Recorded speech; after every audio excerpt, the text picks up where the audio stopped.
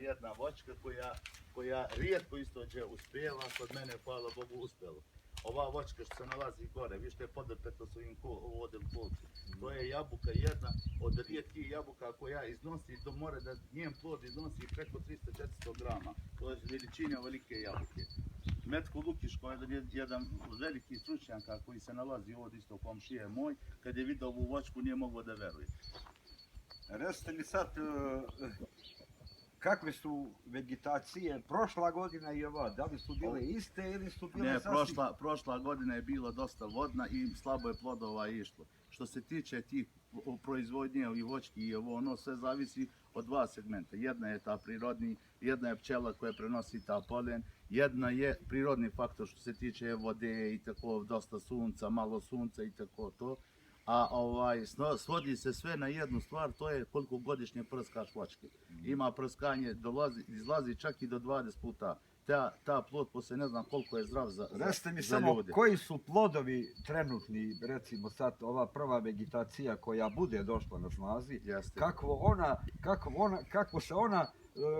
kako da kažem, kakve su vegetacije, ili su brze ili ima neka zakašnjenja? Malo prije sam vam objasnio, gospodine, da ima voćka, na primjer što je majska trešnja, ona dole. Ona prva vegetira i prva izbacuje. Vidiš da je ona najbolje prebrahara, jer ona će već za mjesec, dva već da rodi. Ima i sad šljive, na primjer, što su većinom svake druge godine voćke daju izuzetno dosta. To svake druge godine, neće, jedne godine su više kruški, druge godine više jabuka, treće više šljiva i tako to, uglavnom se to, Allah dragi, to napravi to balans u prirodi. Od koliko vremena postoji, recimo, ova vaša bašta i zbog čega je to toliko tradicionalno da se baš ofarbaju u belo? To se farba ne zbog boje, nego zbog održavanja kore drveta. Zbog mrava, zbog vaški, zbog insekata i neki razni, ne zbog boje, nego zbog zdravlja voćke. Ne farba se nebitno. Evo ja baš upravo vidim ovdje da nema nekog zadržavanja, recimo, ovog testa. Nema, jer se prilikom prskanja ovih voćki, što tiče mazanja krećom, koristi se i so. U so ima i joda i svega, a ta so ne da dođe do jačeg zamrzavanja. Uvijek stepen 2. Sigurno ste pili raso nekad u životu. Ja sam pio, ali sam uvijek bio crveni raso, a beli nisam probao nikad. Crveni raso pili ste i kad staviš... Ako popijete crveni raso, znači poslije možete da pišate na guzicu, gospodine. A dobro, ima tu svega.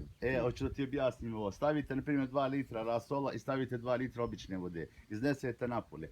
Uvijek, bar sat, dva prije će da zamrzne voda koja nema soli u sebe nego raso koja ima soli u sebe.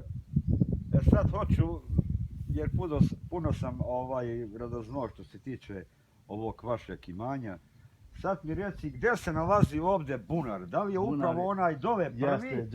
Ili možda je to treći? Ja kad sam prvi put ušao vidio sam da vam je, učinilo mi se da je bunar do njega, ovo šta se pravi ovdje. Ne, to je šahta koja se stavlja hidropora za zamrzavanje i tako to, da se ne zamrzne zimi, da mora da koristiš vodu po danu u ponoć. A bunar je dole. Idemo dalje mali da vidimo šta su i dalja zbivanja ovdje. Na ovim imanjima. Imaš ta kanalizacija je sprovedena, voda sprovedena, znači samo da se dođe i struje i to je to. A dobro, recite mi kućica ova ovdje koja je bila, gdje se ona stant nalazi? Ona se nalazi na Goliju. Na Goliju, a što baš na Goliju? Pa to kupac je za te da se ona nađe na Goliju i tako je više nema ovdje sad samo stadion. Gledio sam prošle godine pa sam vidio ovdje da se vaša deca kupaju na bazenu, ja baš upravo vidim da se od bazena samo pretvorila neka, kako da kažem, neka dubodolja, tako mi nazivamo Novopazar. Dubodolja se pravilo zbog toga da bi to došlo ravno, jer bazen mora da je ravan da bi se moglo koristiti. Jer kad god na jednu stranu se naginja, tu posle dolazi do pucanja. Mora da je ravno da bi moglo da se kupaju. Ja mislim ti je za danas dosta. Ja sam te edukovao, socijalizovao isto kao nejaču vrstu. Tako da nema potrebe da više postavljaš pitanja, a već se umorio.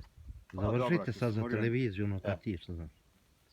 Bio je ovo Ertan Mavrić. Kratak prenos.